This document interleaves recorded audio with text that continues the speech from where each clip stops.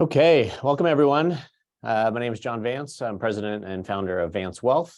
And our webinar today is the annual market and economic update. It's one of my favorite of the year.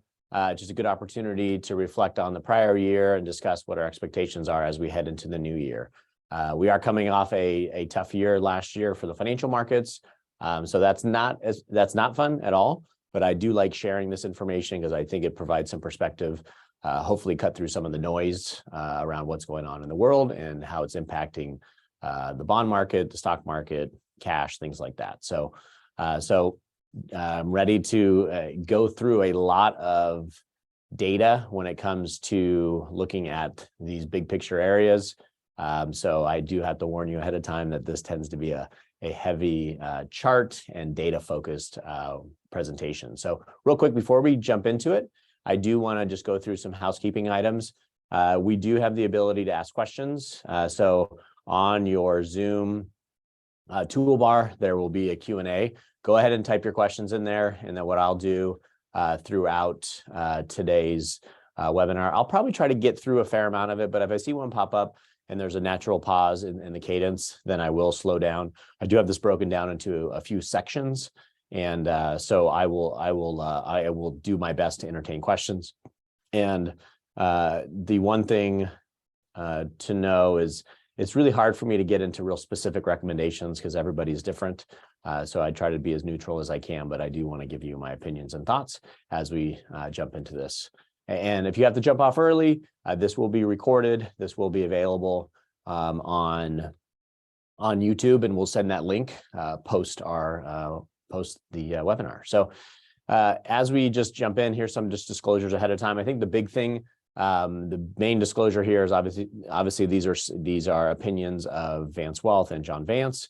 Additionally, when we start getting into market performance, really important to know that we can't make a prediction of the future because we don't know. Additionally, as we get into looking at prior economic data or market data, that past performance is not indicative of future results. So those are just a couple things. And really, one of the main reasons why I like doing this webinar, and it used to be an in-person workshop, is that for those of you who are on this that are clients, we're going to begin scheduling all of our annual reviews. And those annual reviews are really designed to be focused on you, your financial situation, your goals, updating your financial plan. We will be reviewing performance because that's a key component of that. But a lot of the weeds we get into now, it's just far too much to cover during a meeting. So for our clients who tend to be more focused on learning about the markets, understanding the dynamics of what's happening in the world, and rely on us for that content, that's why this is just a great way for us to cover a lot of these issues. As well as a firm, we're growing. As many of you on this call, I was looking through the list, clients that have been with us for 20 years.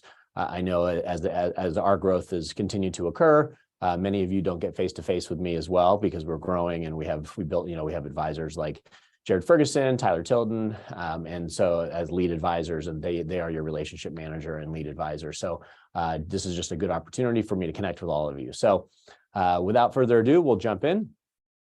So this section is the current market update. It's really just going to be a review of 2022.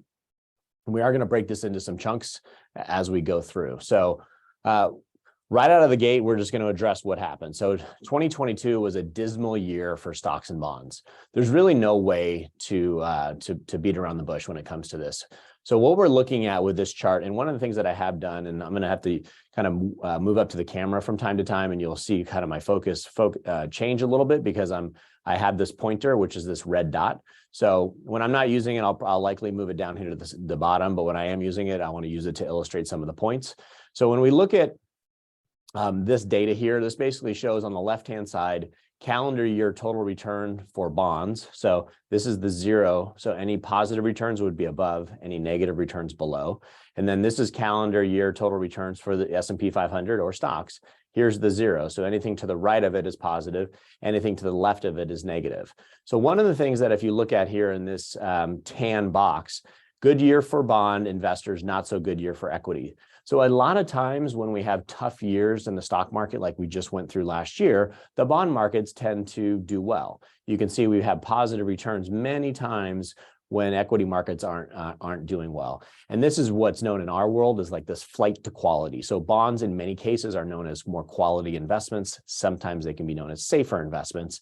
And so that's why this relationship of negative stock market, positive bonds tends to be something that I think as investors, we became very accustomed to learning about, understanding, and thinking this was going to happen every time. And this data goes back on this chart back to 1976. So we're looking at almost 50 years of data. Well, last year, which was a rarity, it only happens 2% of the time, or I should say happened 2% of the time. We had a bad year for both bond and equity investors. Extremely rare. Now, the reality is that's the market we've been given. That's the reality of what we just lived through in 2022. So one of the things that I'm going to try to shed some light on is when we make investment decisions, it's always on a go-forward basis. We use the past as guidance. However, the past should not be driving the decisions you make in subsequent years, because the past can give us a framework of what to understand what has occurred, but it also sets up a framework for what might happen in the future. But we can't just rely on past data. So the reality is we had a tough year in 2022. That doesn't mean this is going to persist. In fact, we don't think it will. Historically, it has not. So I'm going to go through a series of some slides that help to exhibit this point.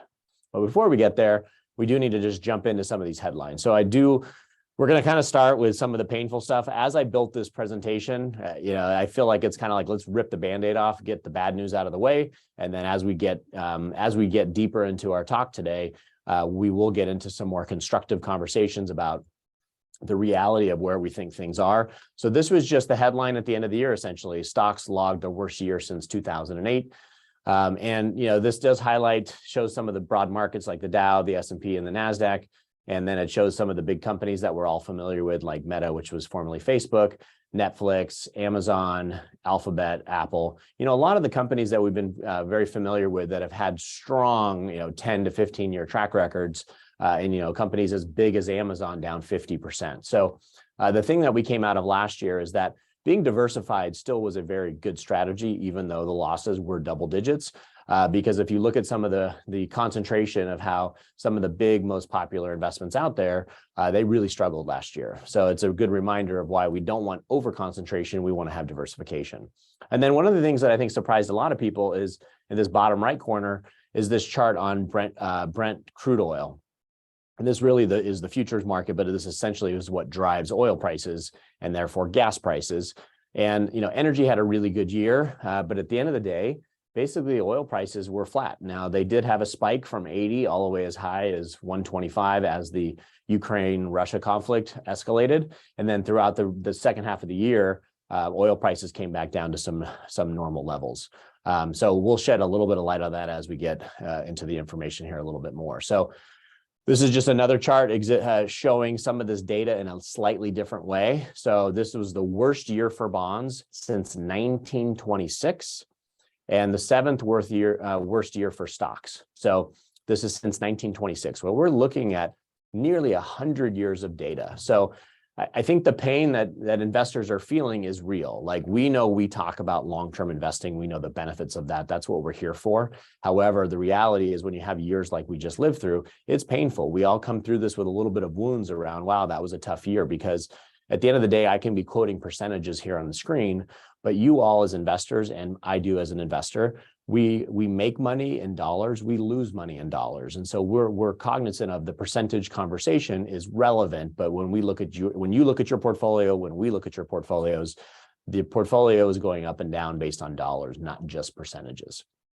So what should we learn from this? Well, on the left-hand side, you can see is the worst year for bonds going back to 1926. So you look at the negative years, we've had down 13. That's what we just went through. And we hadn't seen anything near that.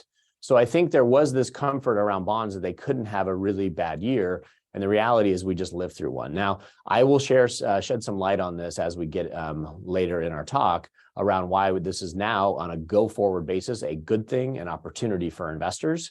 But the reality is we just lived through a really painful correction. And then if you look back at some previous market environments, the average of these worst periods is about down 2%.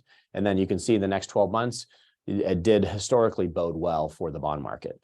Then on the right-hand side, this is the seventh worst year ever for U.S. stocks. And this is measuring I believe it's the S&P 500, just to give you that data on here. Well, actually, technically, it's using the S&P 500 back to 1957, and then another blended index prior to that.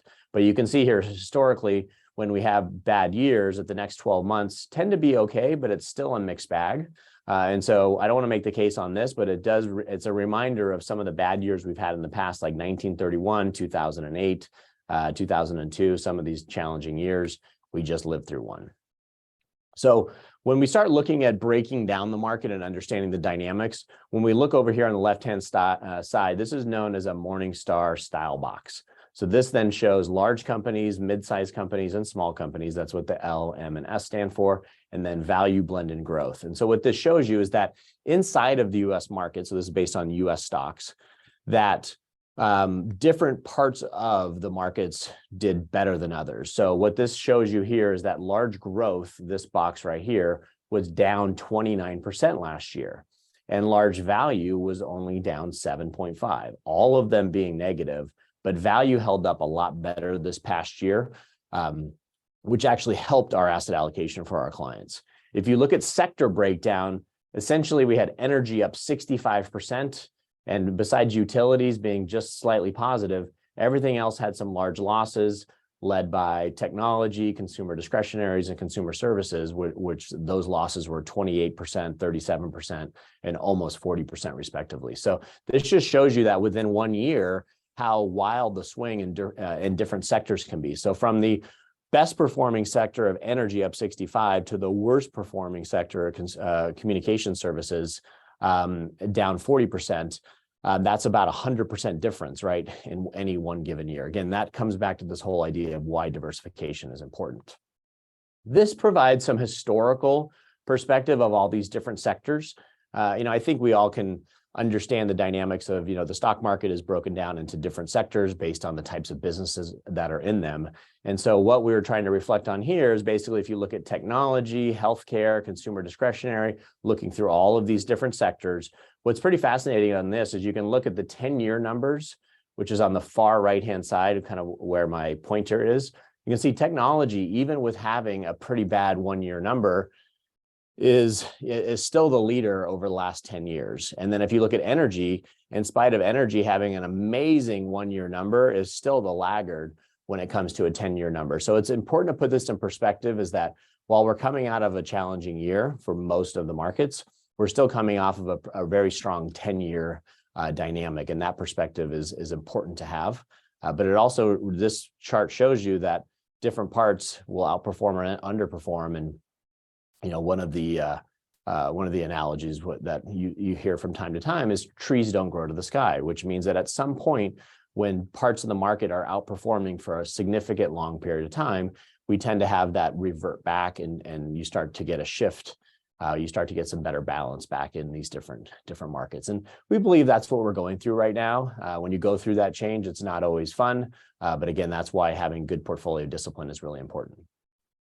There's a lot of data here, so I want to keep this really simple. One of the questions that we do get often is, okay, I'm worried about the recession, but is the stock market is still a good place to invest? The short answer is, over a long period of time, it has been a great place to invest. So that has not changed. But when we look more near term and we use what we call valuation measures, this is a slide put together by JP Morgan Asset Management in their guide to the markets, and you'll see a lot of slides that have some consistency here. And basically, when you look at our 25-year average using a PE, or price to earnings multiple, this shows you where we are. If we're below this line, that means we're cheap relative to historical numbers. If we're above this line, then we're expensive relative to historical numbers. So when we come over here and look at where we are, this now, you can see we were expensive going into last year. And as of today, or as of the end of the year, we're back to our historical line. So when we look at valuations, this tells us that the market's not really expensive, and it tells us it's not really cheap. It's now falling into its more normal average over at least over the last 25 years. And so from that perspective, we feel confident that, we're not looking at we're not, if you're making investments or maintaining your investments, we're not looking at an environment that is, again, either overvalued or undervalued, because historically you want to buy stuff when things are really undervalued, but really the most important thing is we need to maintain long-term strategy, maintain balance in your overall accounts. So that's just a little bit of an update on looking at the state of what happened this past year. So I just figured this next topic, let's just jump right into it, the recessionary conversation. This is something that we've been seeing a headline for over a year. We actually did a webinar last June that said we are in a recession and why it's a good thing. So I'm going to cover some of the data, shed some light on what the data has shown now that we look back over last 6 and 7 months. So we're going to jump into the topic of, are we going into recession? What's the data showing us? And what's this going to mean for the financial markets? Okay, so it does appear that a mild recession is on the horizon. Now, one of the things that we have to be mindful of is, I think this has become what I call like conventional wisdom, which means analysts are talking about it. It's becoming very popular to say we're going to be in a recession this year. If you actually look back at where I'm circling these 2 years, the first quarter of last year and the second quarter of last year, we had negative GDP, which that technically means when you have two consecutive quarters of negative GDP growth or negative GDP, then you are technically in a recession. So that's the technical definition. Now, I think because of how mild this data was, the economist, I guess, declared that, okay, this is not a technical recession, even though I studied economics, I know the data. I don't know if this was politically driven, could have been, but the reality is we have 2 negative quarters in a row. So technically the recession started here. So if we look out at where some of the forecasts are going, you can see we've had really minimal growth, and some of the real slowdown is now projected to happen in the second and third quarter of this year. Now, the reality is if you're having a one-on-one conversation with myself or any of our advisors, we've had this philosophy now going back for at least 6 months, is that we're in a recession. It might last longer than normal because the historical recessions that we've seen, at least over the past, let's say 40 years, have been shorter, 12 to 18 months. We think this recession will likely last longer, but it'll be more shallow. More shallow meaning we have declines of 1%, declines of 1.8%, where the declines are noticeable, but they're not so noticeable where we have a spike in unemployment, where there's too many people out of work, where it really has this downward spiral effect that a lot of recessions have. So the reality is we think we're actually in a recession. We think that the stock market, financial markets have priced a lot of that in. And right now we're battling with the Federal Reserve because they're trying to combat inflation. So the reality is when we look at this, we think that growth for this year will be stagnant. We're on board with that.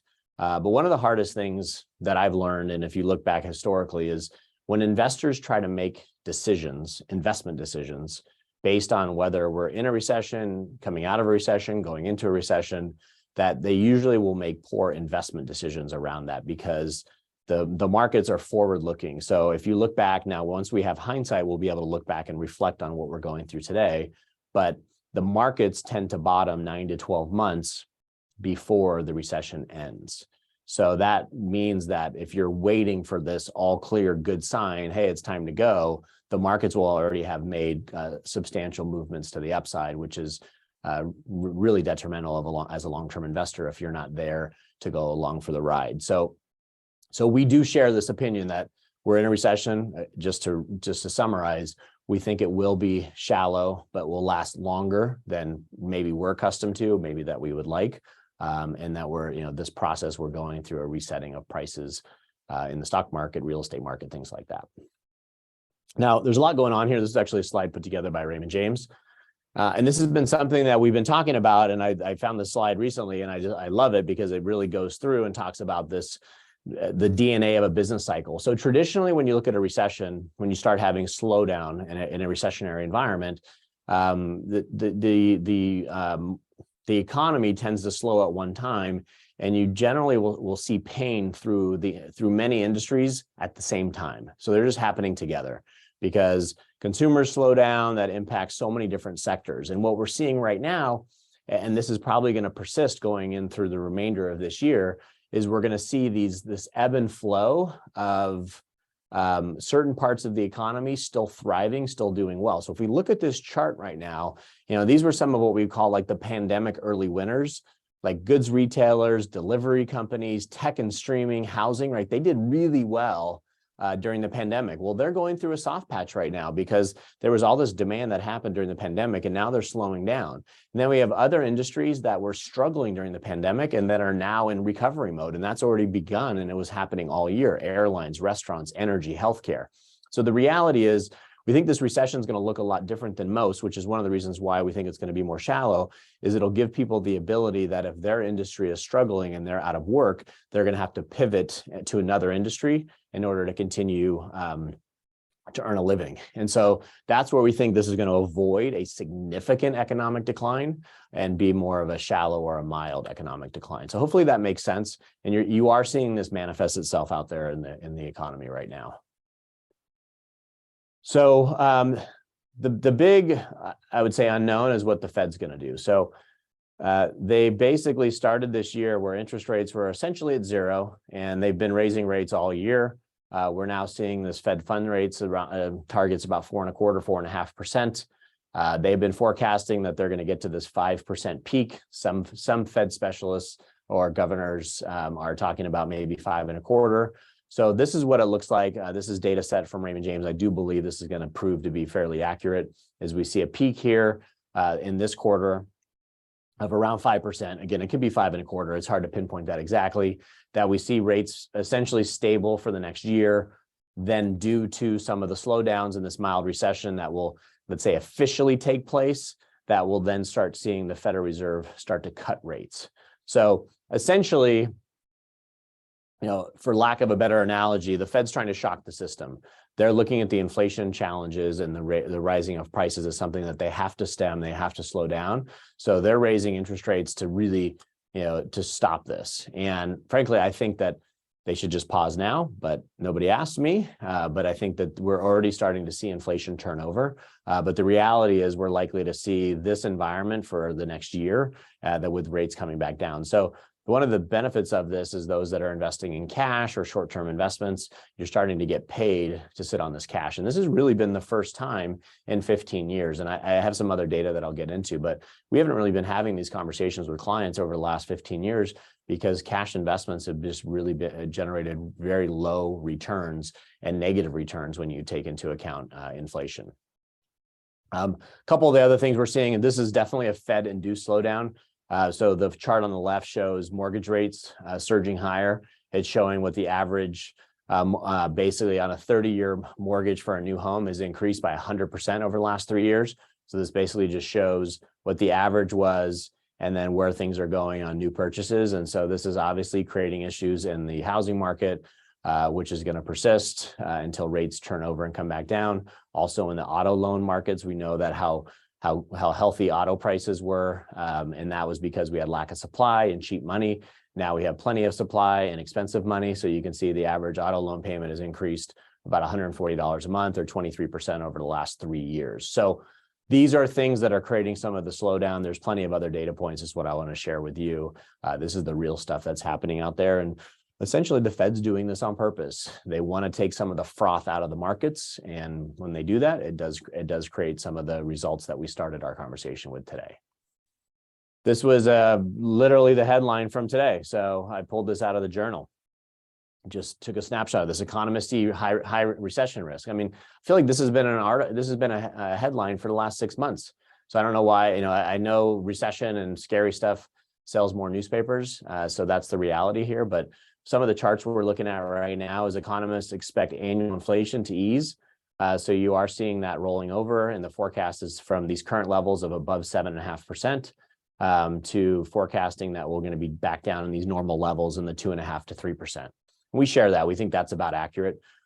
And then some of this is then projecting as well as when's the Fed going to have to start cutting rates, and the consensus is on here is first quarter of 2024. So the reason why that's significant is if the Fed is telegraphing, the Federal Reserve is telegraphing some of the things that it wants to do, that will impact the decisions on how we manage the bond portfolios for our clients, how we manage cash, because we're going to want to try to lock in some rates if we can. So again, that's a one-on-one individual basis I can't really discuss today in this current forum, but just know those are going to be things that are going to be extremely important for us to be mindful of so we can protect some of these higher interest rates for us as investors in terms of locking in some of these higher rates. One of the things that I am also very mindful of is this idea of be careful about following the herd. The chart on the left just shows the number of economists that are forecasting a recession. This data goes back to 1968. So everybody's forecasting a recession. I shouldn't say everybody. This is about 50%. And anytime we've had this spike up above 30, that they've tended to be right. So it's definitely the consensus. Again, I would argue we've been in the recession for the last 6 months. And then on the right-hand side, this tends to be a very bullish indicator for investors. Right now there are more bearish, meaning pessimistic investors than bullish investors for a record amount of time. So just to kind of cut back to some of the psychology of money, and this is really a Warren Buffett type of a mentality, is that when investors are greedy, which means they're optimistic, you want to be fearful or pessimistic, because when people are greedy, they're feeling good about things and prices are generally high. The flip side is when investors are fearful, you want to be greedy, because when investors are fearful, what happens? That means prices are lower and the markets have come down. And so what this is showing us is that we're having such extreme bearishness and pessimism, and historically that's been a good sign for things turning around. And if you look back at some of these dates on here, I don't want to go through all these historical dates, but if you look at those, these all signified periods of time where there were some good investment opportunities on a go-forward basis. So I would caution you that be careful about just following what the media is saying and following what the conventional wisdom is, because oftentimes, and I would say most of the time, that does not bode well from a long-term investment perspective. And then just coming back to putting this decline in perspective, I do like to always share data that helps represent, well, what has this meant historically, especially in a forward-looking basis. So the chart on the left just shows the annual decline last year of the NASDAQ, the Russell 2000, which is small cap, the S&P, so it's down 33%, the S&P down 18%. And then over on the right-hand side, it says stronger forward performance after a 15% decline. So this basically says when we've had 15% declines, how has the market done on a go-forward basis in subsequent annualized return? And what this shows, and this makes sense, is that the dark blue represents when you had a 15% or more decline, what it did on a 1-year basis, on a 3-year basis, and on a 5-year average basis. These are annualized return. And what this shows you is that these larger returns mean on a go-forward basis, returns are expected to be higher. This data goes back to 1933. So there's a lot of data sources. And so that's the optimism we come out of this is, yeah, it was painful last year, but that means on a go-forward basis, we can expect some higher returns. At least historically, that's been something that has played out. So that's the optimistic. And I know there's not a lot of optimism. I think generally in talking with friends, with consumers, with clients, with just people that were around, there is pessimism out there. We're seeing that. People are nervous about the recessionary environment. They're nervous about what's happening in Washington. These are all real feelings. But these are all things that have happened over our history of mankind and the history of America. And so these are normal parts of an economic cycle. They're normal parts of a political cycle. When you're living through it, it seems a lot more extreme. And so those are the real emotions. But from an investment perspective, this has tended to bode well, again, on a go-forward basis. All right, well, I'm going to jam a lot of topics into this. Cash, interest rates, real estate inflation, the Federal Reserve, and bonds. So there's a lot there. Let me check. I got a question coming in. Okay, I got to turn off. Give me 1 second. Got to turn off my pointer here, see if I can grab this question. So this is a good question. So this is from Lynn. She said, with all of the Amazon layoffs, could that trigger the market to go down even further in the next 6 to 8 months? So it's a great question. first we want to start with, I don't have a crystal ball, so I'm going to give you my opinion, which I know is what you asked for. So the simple fact is we're seeing Amazon and a lot of companies doing some big layoffs. If you look at their historical hiring practices, they literally hired way too much, and that was a pandemic response. So they're laying off. And so, yes, that does mean that the economy has some tough quarters ahead of it. That does mean that the economy over the next 6 to 8 months is likely going to struggle. And that's where that chart that showed, let me even see if it's easier to go back. That's where this chart showed on a recessionary basis that we do expect the next 6 to 8 months from an economic perspective that we're going to see some negative GDP, or we are going to see a slowdown. And I think your question was for the markets. Now, that's one of the things that's different is the economy and the markets, they track over long periods of time, but in the short term, they don't necessarily track one-to-one. So the assumption is, yes, the layoffs at Amazon, the layoffs at Facebook, the layoffs at other places are going to trickle into the economy, which is why we're forecasting a slowdown. But that doesn't mean that the stocks will go down. Remember, Amazon is already down 50% as an example. And so there's not a one-to-one correlation. And I think that's where investors can get into trouble is they assume, well, hey, if I know bad news is coming, I can avoid it. Well, I'll tell you, the markets anticipate that. And that's what I believe has already occurred over this past year.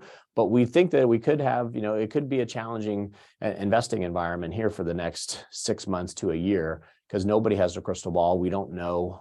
There's just too many things that can happen.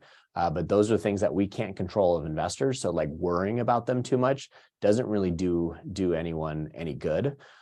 So the other thing to be mindful of this question, because it's an important one about employment, is that the reality is we still have a record number of businesses that are looking for people that cannot fill them. Like that's one of the biggest complaints that we see, or we hear, from our business owners, is that we have people we have positions we want to hire. We can't find people to do the work. So the reality is with this recession, with this reset, is people are going to go from an Amazon job and go find another job. And there are plentiful jobs out there right now. So we actually think that is a good thing for the economy to get a reshuffling of the deck, so to speak. So great question on that. Okay, so on this slide, we're going to go through probably at a rapid speed these topics, and just to shed some light on these so that you have just a more firm understanding of what we're seeing out there. So cash.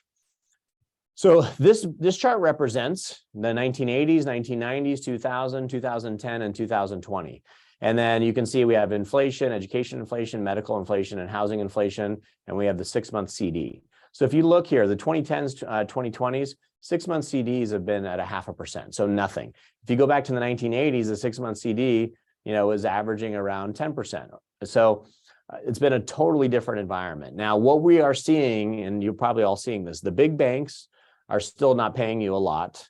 The credit unions are starting to pay you a decent rate. We're starting to see stuff in the 2 to 2.5% range. And then money market rates are getting more attractive in the 3.5 to 4.5 range. And so what I would encourage you is be mindful of where you're parking your cash, because you can get some decent returns. And this is something we're happy to help you explore on some other alternatives, T-bills, things like that could actually help improve some of the cash returns. And so the reality is, if you see this blue line, headline inflation, we're seeing headline inflation is what we're living through right now is higher than education and medical, and certainly much higher than the 6-month CD rate. But if I was going to show you this chart as of today, we are starting to see some improvements on that. So be mindful of cash returns. This has not been something that any of us have had to pay attention to for the last 12 to 15 years. It's time to start paying attention, because we could actually get some return on some cash or cash equivalent investments.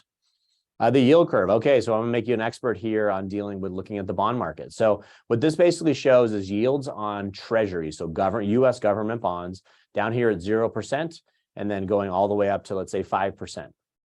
This gray area shows you the range over the last 10 years. So this says over the last 10 years, what has the range been on a 3-month, 1-year, 2-year, 3-year, 5-year, 7-year, 10-year, 20-year, and 30-year. So that has been the range. The start of last year, this is where interest rates were. If you bought a 1-year treasury, you were getting paid 0.39%. That same 1-year treasury today, and this was as of the end of the year, was 4.76. So a substantial increase on a 1-year basis. So this is what I'm saying is in terms of being able to look for some higher yields on the short term, we're getting paid much higher interest rates. So this blue line is where the Treasury yield curve is today. This is known as an inverted yield curve, which means the shorter end of the curve, you're getting more interest than you are at the 10-year level or on the longer end of the curve.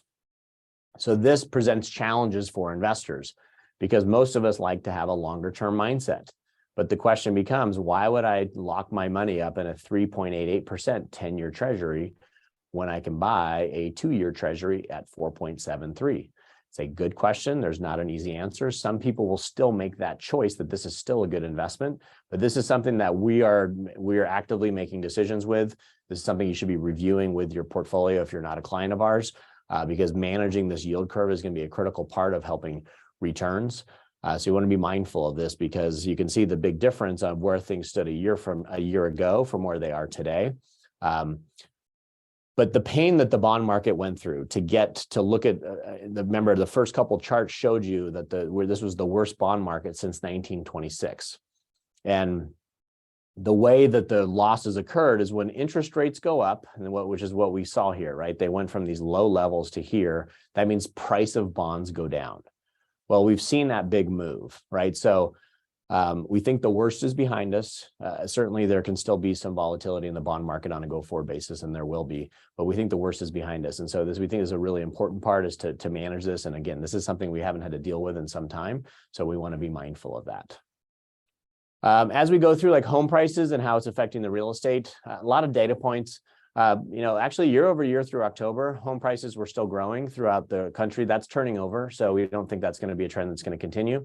The big thing that's pretty shocking, because again, this hasn't been something in my entire career, we're looking at affordable. So if you look here, this represents affordability. So they use an index and then they use the years. This goes back to 1981.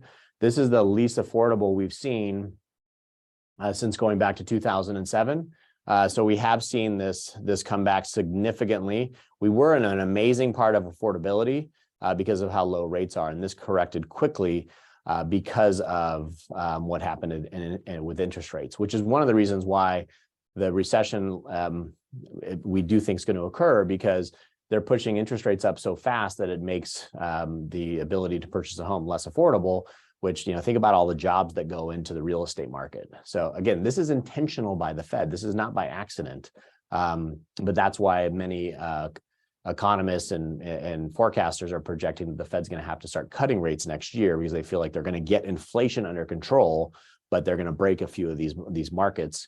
Now, there are some positive pieces of the real estate market that I want to go through. Now, I know on your end, depending on what you're looking at, it might be a little hard to see. So housing inventories, we're still below our historical average. So that's a good sign, right? When you have lower inventories, that usually helps to hold up prices. Back before the Great Recession, when home prices were peaking, we had a ton of inventories. We don't have that issue this year. If you look at rental vacancy rate, that's still really low. It's at historical levels, is below the average. So there's low vacancies. Single family home starts, we've been under normal levels for a long period of time, which means we haven't been replacing the homes out there, and the demand has certainly outpaced the new construction. And where a lot of things have actually occurred in multifamily homes, which is the more than one and all the way up through apartments. We've had a lot of multi-family housing starts. And so the reality is there are some positives in the real estate market, which is again why we think this is going to be more of a shallow, mild recession. We're going to have some periods where it's painful, but we do think once the Fed gets through getting inflation under control, that these things will right-size themselves, even though we do expect this calendar year to be a little bit more challenging for real estate. But the good news is, if you already own your home and you're not moving, you are already benefiting from really low rates. Many of you refied and have rates around 3%. It's cheap money. You're good. You don't have to worry about it. For new homeowners, while the cost of borrowing is higher, the reality is there's more inventory for them to pick from, or I should say inventory is staying on longer. Now you can see down here, I talked about we're still below historical levels on inventory, but inventory is picking up, which makes it, as a buyer, you have more choice. You can focus more on that dream home versus just having to snap up a home because it's on sale, it's on the market. All right, then we get into the Fed and the Fed interest rates. We already talked about how we saw this move. This is a chart that goes back over 20 years. It shows the same kind of data, the years on the bottom, the percentage on the left-hand side. And what I'm really want to focus on is over here on the right of like where the expectations are. The Federal Reserve is expecting that they're going to get up to about 5.1%. So again, in that range of 5 to 5.25, but then by next year, having it come back down. Their target long-term rate for the Federal Reserve for the Fed funds rate is 2.5%. So that's where they want to be. So this is where we think the target is on a long-term perspective. So the reality is we're going to continue to go up a little bit more this year. And as we get into 2024, 2025, it looks like it'll start coming back down. And I think some of that, the pace of which it comes down will be a little bit more based on if we're in a recession, or how big, not if we're in a recession, how large, how steep the decline is during a recession. I think I'm gonna skip this one. This just shows the balance sheet just real quick. You can see our balance sheet has been growing basically since the financial crisis. It peaked out here and they're going to start unwinding it. That obviously is pulling cash out of the system, which is one of the reasons why we've had asset prices come down, is the Federal Reserve is starting to unwind their balance sheet, meaning the money they're borrowing to stimulate the economy. This just shows historical data. This always fascinates me. This goes back to 1958. So we're looking at a pretty long period of time. The blue represents nominal 10-year treasuries, which means not including inflation. We saw a peak in September 30th of 1981 at 15.8%. We saw there was a trough down here roughly a year ago. And then you can see the gray represents real. So when you take into account inflation adjusted. So right now we're seeing the fact that on a real basis at the end of the year, we still have a negative treasury. That's what the Federal Reserve is trying to do. We haven't had a negative treasury yield from a real basis, meaning adjusted for inflation, since back in these times in the 70s.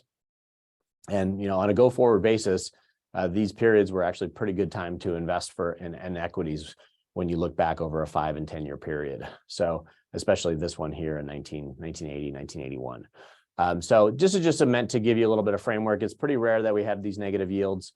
But the reality is that's one of the reasons why the Fed is pushing rates up to curb some of the inflation that we're seeing today.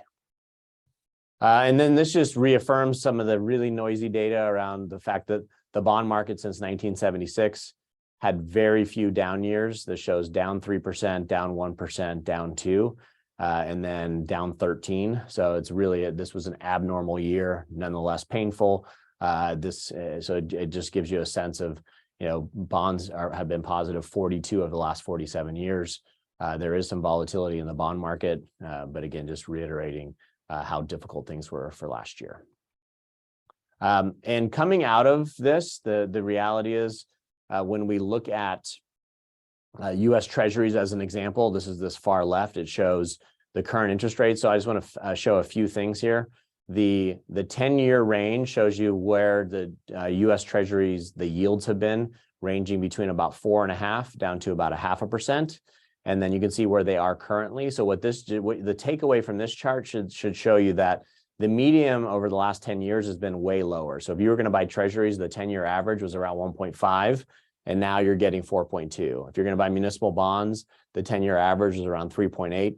The taxable equivalent is around 6%. If you're looking at corporates, the 10-year average 3%, you're now at 5.4. So the reality on a go-forward basis is yields have improved dramatically, which means yield, that's money that you can spend and that can be cash flow that comes out of a portfolio, have improved dramatically. So we're going to jump into another topic, and we're going to talk about the international markets. We'll have a little bit of an emphasis on global. We do have a question, so let me go check it real quick.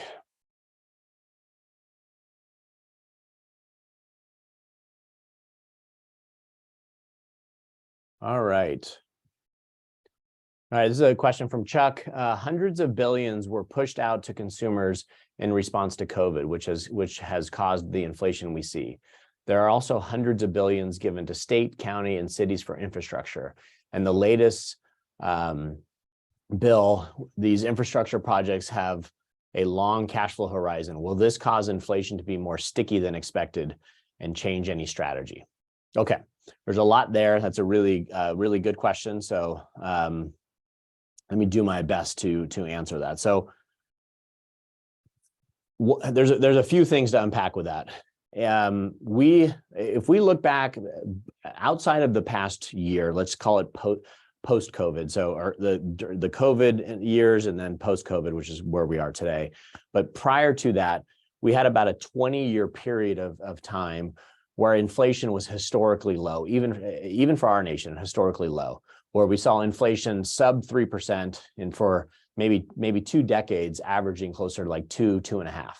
So we saw inflation very much under control, and I think that was fueled by a lot of outsourcing to countries with lower labor expenses, also the advent of technology and how that's brought the costs down. So we went through a pretty healthy boom during the 80s, 90s, the early parts of this century, where we've seen inflation very low, very intact. And so the reality is, on a go-forward basis, Chuck, I do think inflation is going to be higher.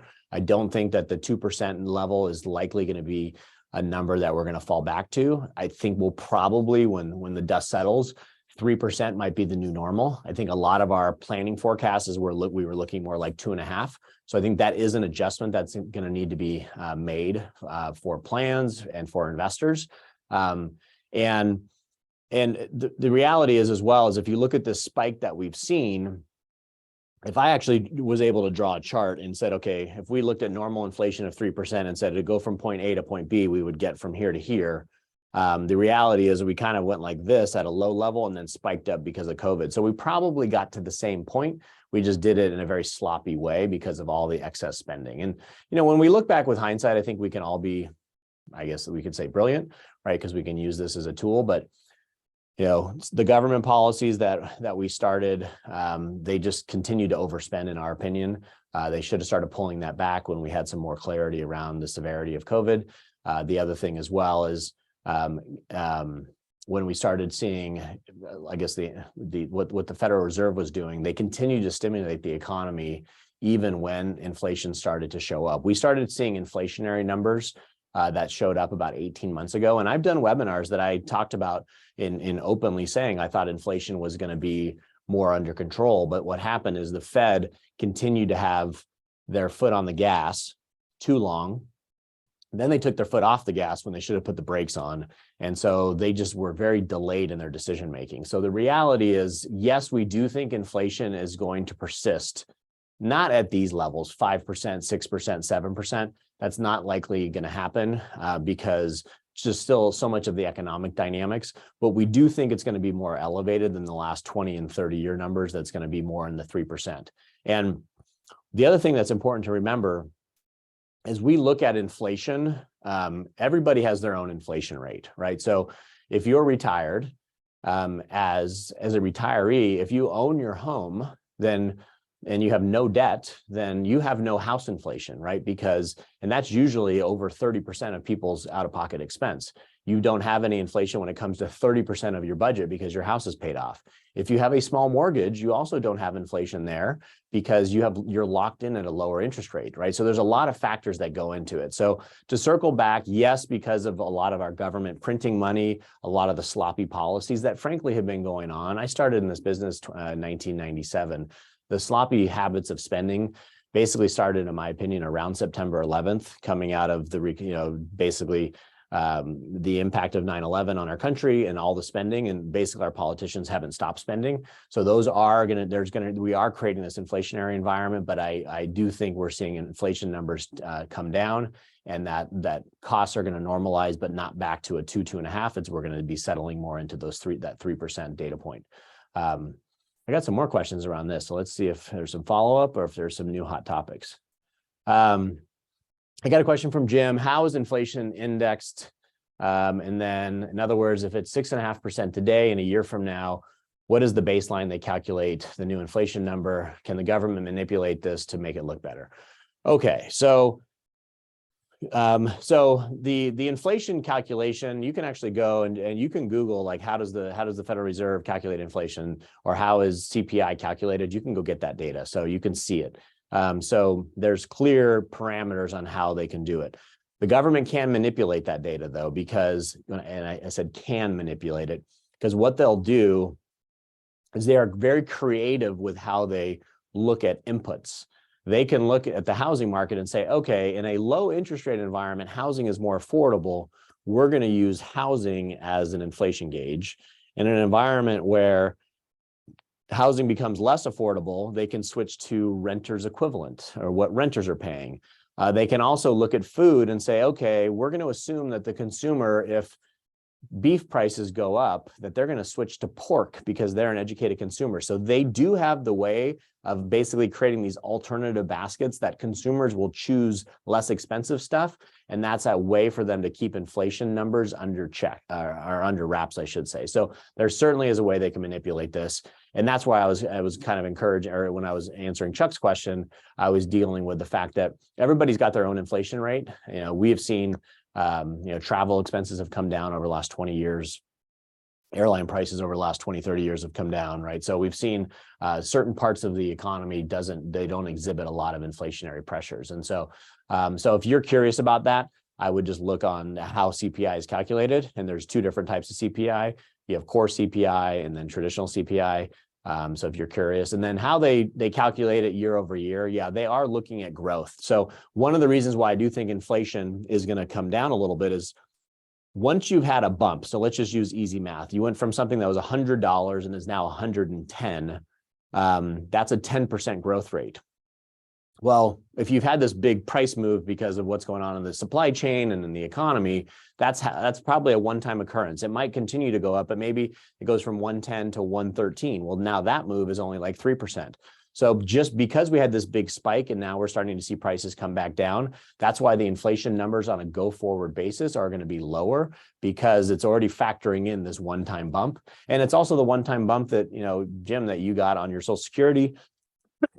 You got a big bump there. So yeah, these things are all factored into the overall economy in terms of how they're calculated, and basically what that does, I guess, to you and to some of the long-term inflation numbers. So thanks. Those are good questions. Hopefully I answered them. It's hard to do this when I'm just kind of staring at myself and looking at my slides. All right, so let's move on to, we got a couple more things that I want to go through. I know I tend to keep my webinars at around an hour. This one is likely going to go about an hour and 15. So I do have some good stuff at the end. It's kind of my case for optimism. So if you tuned in to get some of this raw data, hopefully you've enjoyed this. But as we wrap up and get into some of these other slides, we're going to get into, so what now? Like, what does this mean? Because I don't find webinars to be highly effective. It's just a lot of data without, okay, what's next? What does this mean for me? Before we jump into that, I just want to briefly touch on international markets. We're big believers of being broadly diversified. So if you look, let me get my pointer here up again. If you look at just the overall markets, the US market is about 60% of the world. So if you just took the whole world and say, okay, what's the US make in terms of the stock market? We're 60%. 5 years ago it was 55. So we're a growing component of that, mainly because we have so many of the great companies around the world are domiciled here in the US. Our portfolios, I can't say for everyone, but essentially for most, our models-based strategy, we are more overweight than that. In US, we have a heavier allocation, but this is just what the world dynamic looks like, just to shed some light on, what the global stock market looks like. The reality is we know this, and this has occurred, that going back to 1971, the purple represents periods where the international markets outperform and by how much. And the gray represents periods where the US is outperformed and by how much. And so you can see, look at what we just lived through. 15 years of the US outperforming. We hadn't seen that long of a stretch ever, essentially. Anything of that magnitude was, basically the 6.2 years where the US markets outperformed international by 220%. And then the next 7 years, international outperformed. We had a big period in the 80s where the international markets outperformed by 374, substantial amount. So given that we know this trend won't go on forever, we still want to maintain that discipline to investing overseas. There's still a lot of great companies, but we still have a massive home bias, a massive overweight to US relative. No, I shouldn't say massive. We have an overweight to US relative to international, even using that data on the previous chart. Lot going on here, but this basically shows valuations. If you remember, I showed you a chart that had the S&P 500 average valuations of where the markets were is right around this average line. We are right now what we call 2 standard deviations below. So that just means, that just shows you that where the international markets, if you exclude the US, are extremely cheap on a historical level. And when we see those periods of extreme cheapness, they generally have been followed by stronger outperformance internationally. So we're not adding more to the international weighting, we're just maintaining it because we think that it's going to prove to be a good place to be, mainly because valuations, when things are on sale, there's usually a good reason for that, but that also over time tends to bode well for decisions on holding and investing in those types of investments. Okay, so we're going to go through 2 quick concepts here. Some of this is that you've seen this in the past. At the end of the day, when we look at, we get these questions all the time, and we take a lot of pride in the fact that you've hired Vance Wealth to be your advisor, to guide you through good times and bad times. You need us the most during challenging times. We're living through one right now, especially in this recessionary environment. And at the end of the day, the thing that keeps us all up at night is we're worried about losing money, not because of the volatility, but because how is that going to impact my life? How is that going to impact my financial goals? And we know how important that is. And so the reality is market volatility has always been here. It's always going to be here. But when we look at what is that risk and how do we look at it on a go-forward basis, you've seen me, if you've been on any of my webinars over the last couple of years, you've seen this. So this is a little bit repetitive, but it's a really important topic. What if I have invested at the exactly wrong time, right? That's what people get concerned about. I have cash to invest. Is this the right time to invest? And based on your financial goals, we say, if you have money to invest for a long-term investment, now is the right time to invest. But let me walk you through the scenario. So this goes back to 1996, and we've seen the wild up and down of the markets. Up 106, down 50, up 101, down 57, up 400%, down 34, up 114%, down 20. But if you look at this, the S&P started this period of time at about 800, and hit about 4,800, and is now around 4,000. So the direction of the markets have been up over this long period of time, and that's what we have faith in over long periods of time, is that we're going to do well. We're going to have periods of challenge. That's why we diversify.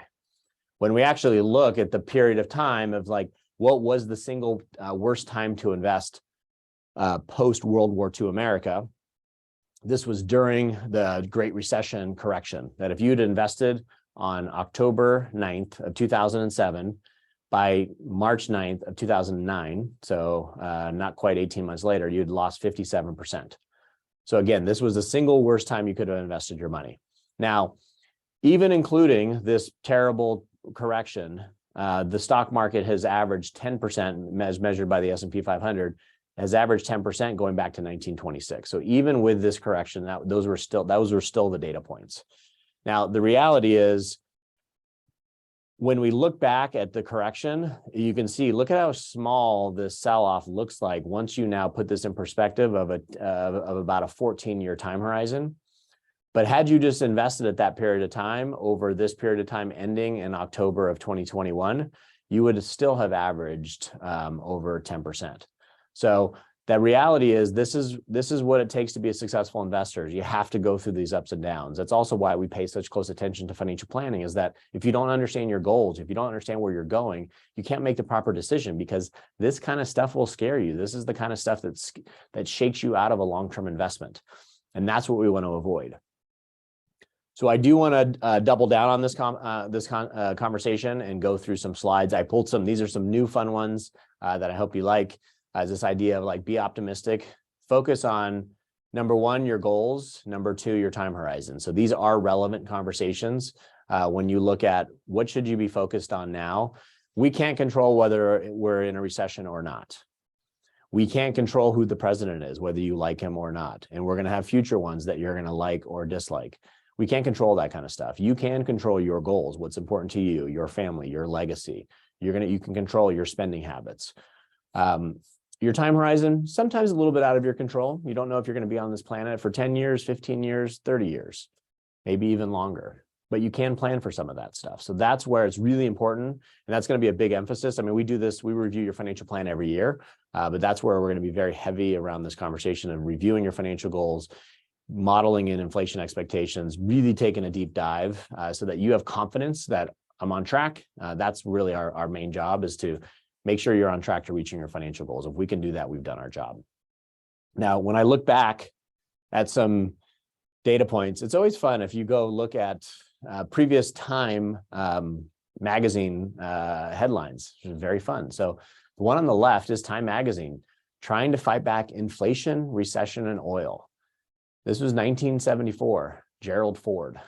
This was basically during the first oil shock, recessionary environment, and inflation spiking. And then on the right-hand side, we're dealing with, this is Fortune's Investor's Guide for 2023, the recession playbook. And this is Jerome Powell, the chairman of the Fed, right? So these are the headlines we're constantly being hit with. I think a lot of times this just distracts us from being really good long-term investors. But the reality is these are still real emotions that we deal with. So I want to cover some data points because I thought this was pretty interesting as I pulled up some of this data. So just before this Time magazine, but around the same time, about a year prior, January 11th it would have been January 11th of 1973. That would have marked basically the 50th anniversary, I should say January 11th of this year, marked the 50th anniversary of the great post-World War II bull market, which essentially ended January 11th of 1973. So this is a 50-year look back. From that period of time in 1973, the following 21 months, the S&P declined 48%, more than any time since the Great Depression. However, had you invested $10,000 at that time and left that money to compound, it had grown to over 1.2 million by 2023, or a 10.2% compounded return. So now I recognize not all of you on this call have a 50-year time horizon. It's designed to illustrate a point, because I think when you look at some of these long-term perspective, especially when you go through times where it's like, oh, I don't remember it ever being this way. Well, there's plenty of time in our history where we had some of the same challenges, because these challenges repeat themselves. They'll continue to repeat themselves. But when we look at some of the data, this is what I thought was pretty fascinating. So I was able to get real GDP per capita, so per household. In 1972, it was 26,000. In 2002, it was 60,000. Now, this is real, meaning adjusted for inflation. So the real GDP of per capita went up 2.3 times.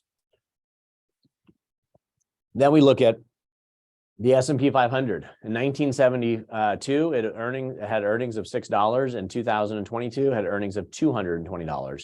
So earnings on the S&P 500 went up 35 times.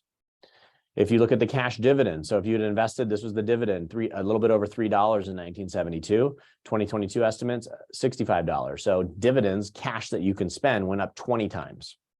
And then the index level went up from 120 to 4,000, or 33 times. So what this shows you is that over time, the index level will likely have a pretty high correlation to earnings, and that's profitability of the companies that make up the overall markets. And it shows you the power of being a long-term investor is looking at some of these numbers, because these have grown far faster than inflation, far greater than the real GDP per capita.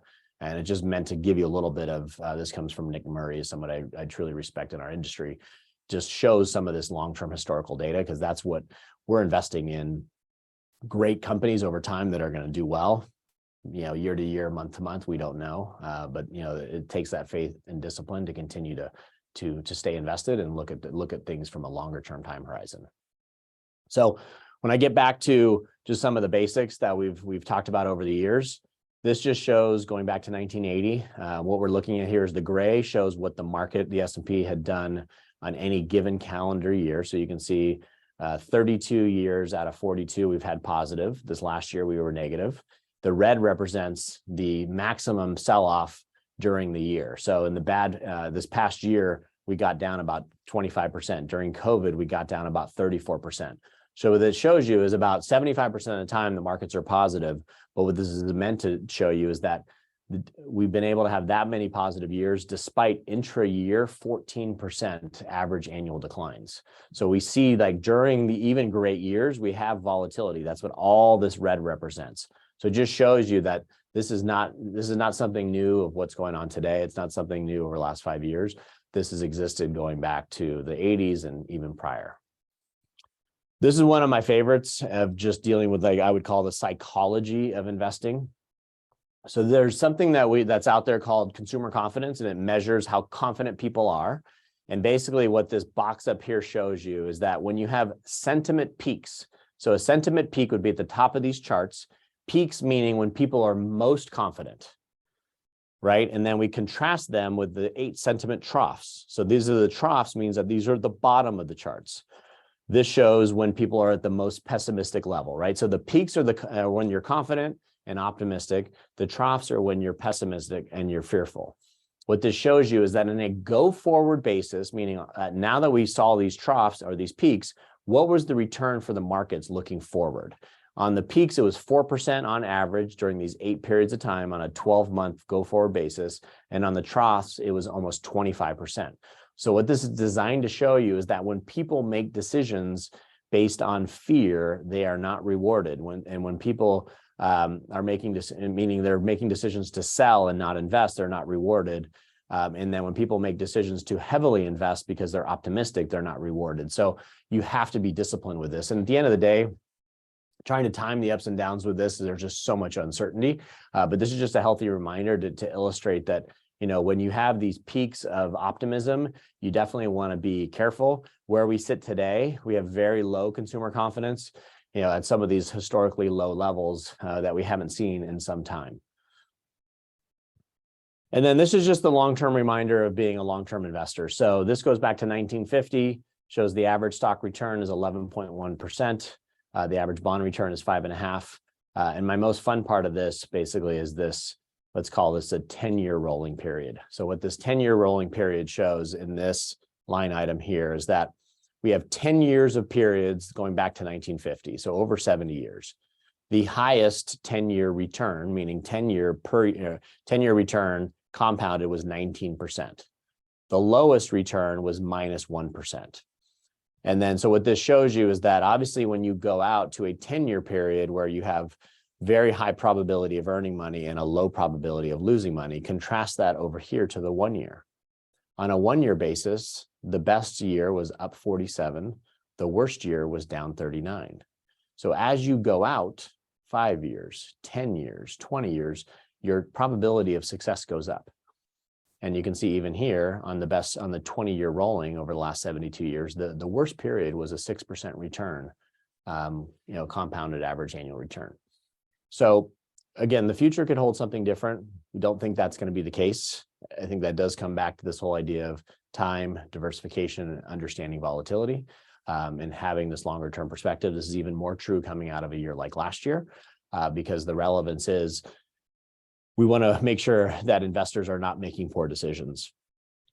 And so Nick Murray, who's really a thought leader in our industry, more, I would say, advisor facing on how to coach and train advisors to be better advisors for their clients.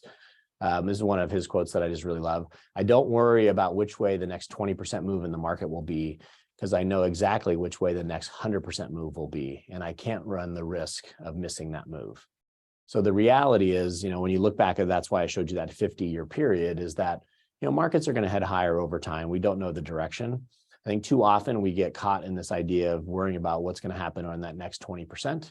And when investors get overly focused on that, they miss the next 100% up. And that's what we want to avoid, because that then has a long-term detrimental impact on your wealth and on your financial well-being. All right. So I was pretty close to on time with that. So let me just wrap us up for today. So if we have any guests on the call, or if anyone, any clients have any referrals that they'd like to make to us, anybody who you just feel like is going through things and is not, they're not fully dialed into their financial plan, need some guidance, we're always here to help. And so if anybody would like to schedule a 30-minute consultation, if you are a client, you can go through this exercise, but just know Robin will be reaching out here over the coming weeks to schedule your annual review meeting. But we have this QR code. It'll take you right to our website to schedule. Our next webinar, we looked at our webinar calendar. This one's really going to be more business owner focused. So if you're not a business owner, I don't want to say it doesn't apply to you, because we are going to be doing a California law update. So if you want to see some of the insane new rules that are happening in California around for employers and compliance requirements, so if you are retired and you left the workforce or you were a business owner, you might enjoy it. But we're going to have an attorney, Brian Kegley. He joined us last year. He's going to give you the updates on some of the changes, just to keep your finger on the pulse to what's happening here in California. That'll be on February 28th at 4:30. We will not have our normal just advanced perspective webinar. That will be in March. And so we'll likely be doing some level of current event based on what's happening. Just real quick, yeah, you guys all know, I mean, I mentioned this as a growing firm, like we continue to grow as a team, continue to add new good people. So we're here to help. That was the whole, one of the goals is as I made a decision to grow Vance Wealth, was that we realized that we can make a bigger impact on the community, a bigger impact on our clients' lives. So we want to be able to be here to help and to take on clients, your family, your friends, people who need some guidance here. So feel free, don't keep this a secret. If there's anyone would benefit from meeting with us, please send them our way. We'll take great care of them. And also, I guess one quick thing to mention is we're going to be celebrating our 20-year anniversary. And I did look at the list today. I have some clients that have been with me this whole time. So I just want to thank you and I have immense amount of gratitude for all your support over the years. And again, just know we're building this firm to last the next 20 years beyond me and continue to have a growing mindset so we can make an impact in your life and hopefully the next generation, right? Your kids, your grandkids, and so on.